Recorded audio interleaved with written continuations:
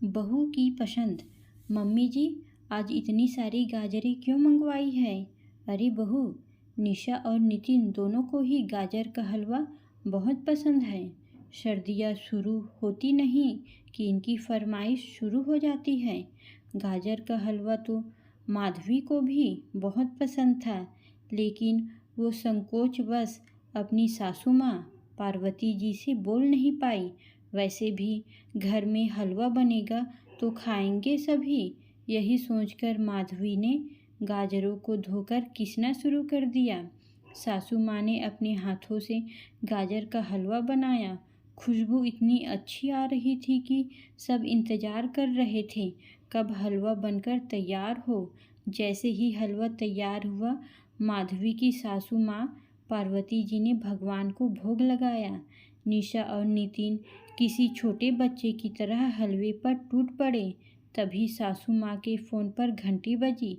अरे नितिन, तुम्हारी मनीषा दीदी और जीजू आ रहे हैं। सासू माँ ने चहकते हुए बड़ी बेटी के आने का समाचार सुनाया। चलो अच्छा है, अच्छे मौके पर आ रहे हैं। दामाद जी को भी गाजर का हलवा बहुत पसंद है, पार्वती जी ने खुश होते हुए कहा। सभी आ गए और टेबल पर खाना सज गया। माधवी सबको खाना परोस रही थी। सबने जी भरकर खाया और हलवे का डोंगा भी धीरे धीरे खाली होता गया। अंत में जब माधवी के खाने की बारी आई तो डोंगे में सिर्फ 2 चम्मच हलवा ही बचा था। जब माधवी की माँ हलवा बनाती थी तब सबसे पहले माधवी ही जी भरकर खाती थी, बाद में किसी का नंबर आता था। ये सोचते सोचते माधवी का गला भर आया और वो 2 चम्मच हलवा भी माधवी के गले से नीचे नहीं उतरा। वो बिना खाए ही डाइनिंग टेबल से उठ गई। अगले महीने जब माधवी अपने मायके गई तो माँ ने माधवी की भाभी से कहा, बहू, आज सौरभ से कह देना आते समय बाजार से गाजर ले आई। माधवी आई है, इसलिए कल उसका मनपसंद गाजर का हलवा बनाऊंगी। अगले दिन माँ ने बड़े चाव से माधवी के लिए हलवा बनाया। माँ ने सबसे पहले कटोरी भरकर माधवी की ओर बढ़ाया तो माधवी बोली, नहीं माँ, पहले हलवा भाभी को दो। माँ अवाक सी माधवी का मुंह देखने लगी।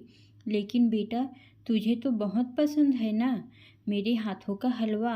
हाँ माँ, मुझे पसंद है, लेकिन क्या आपने कभी भाभी से पूछा है कि उन्हें क्या पसंद है? ये क्या बोल रही है तू बेटा? यदि उसे पसंद होता तो वो बोलती ना। नहीं माँ, आज मैंने खुद बहू बनकर जाना कि एक बहू से ना तो उसकी पसंद पूछी जाती है और ना ही वो अपनी पसंद बता पाती है। आप प्लीज़ पहले हलवा भाभी को ही दो, क्योंकि वो भी शायद मेरी तरह ही अपनी पसंद नापसंद हमें नहीं बता पाती होगी।